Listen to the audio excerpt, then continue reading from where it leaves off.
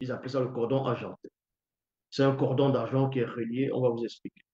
De même que dans le physique, quand un bébé sort du ventre de sa maman, de la matrice, de sa mère, euh, il y a le cordon, qu'on va voir le cordon ombilical qui est là, qui est relié, vous voyez, avec le placenta qui est là à l'intérieur. Donc il y a le cordon.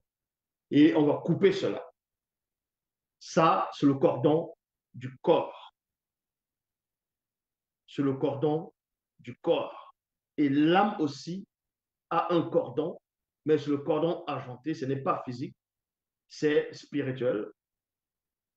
Et ce cordon est relié avec le corps physique. C'est pour cela que quand tu sors de ton corps spirituel, ou de ton corps physique plutôt, le monde où tu vas dans le voyage astral, tu peux aller loin, loin, loin, très, très, très loin.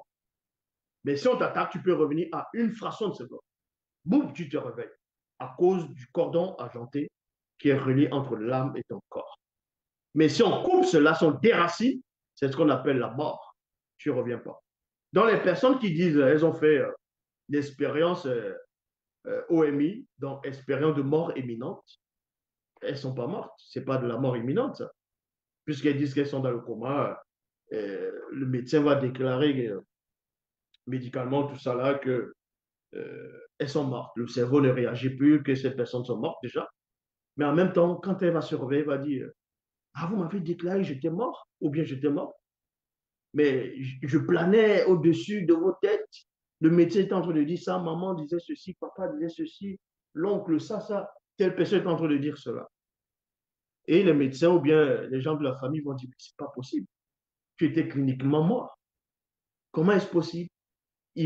Après ils diront, ah, j'ai vu le tunnel, j'ai vu un tunnel blanc. Ils vont appeler ça expérience de mort imminente. Ce n'est pas la mort. Vu que le cordon d'argent était toujours là, n'était pas déraciné.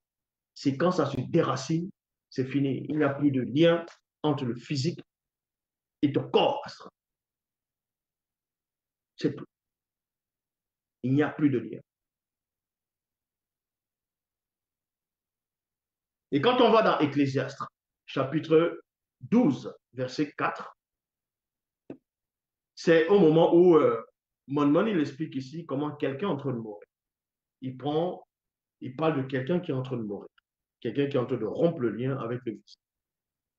Il dit ici, dans le verset 4, Ecclésiaste 12, où l'on redoute l'après-vie, où l'on a des terreurs en chemin de la vallée de la mort, où les entités approchent, où l'atmosphère devient pesante et où la prière n'a plus d'effet quand l'homme s'en va vers sa demeure ténébreuse. Vers sa demeure ténébreuse. Il y a virgule ici, je m'arrête dans la virgule. Dans les Bibles classiques, vous voyez, ils sont toujours en train de raconter des barlivins, des hérésies, des torchons. Là-bas, dans les Bibles classiques, on dit où l'homme va vers sa demeure éternelle. L'homme ne va pas dans sa demeure éternelle. S'il va dans sa demeure éternelle, pourquoi on va encore le juger au dernier jour? Ça veut dire que sa demeure n'est pas éternelle. Une demeure éternelle, ça veut dire que tu ne sors plus de là. Est-ce que vous comprenez? Une demeure éternelle, tu ne sors plus de là.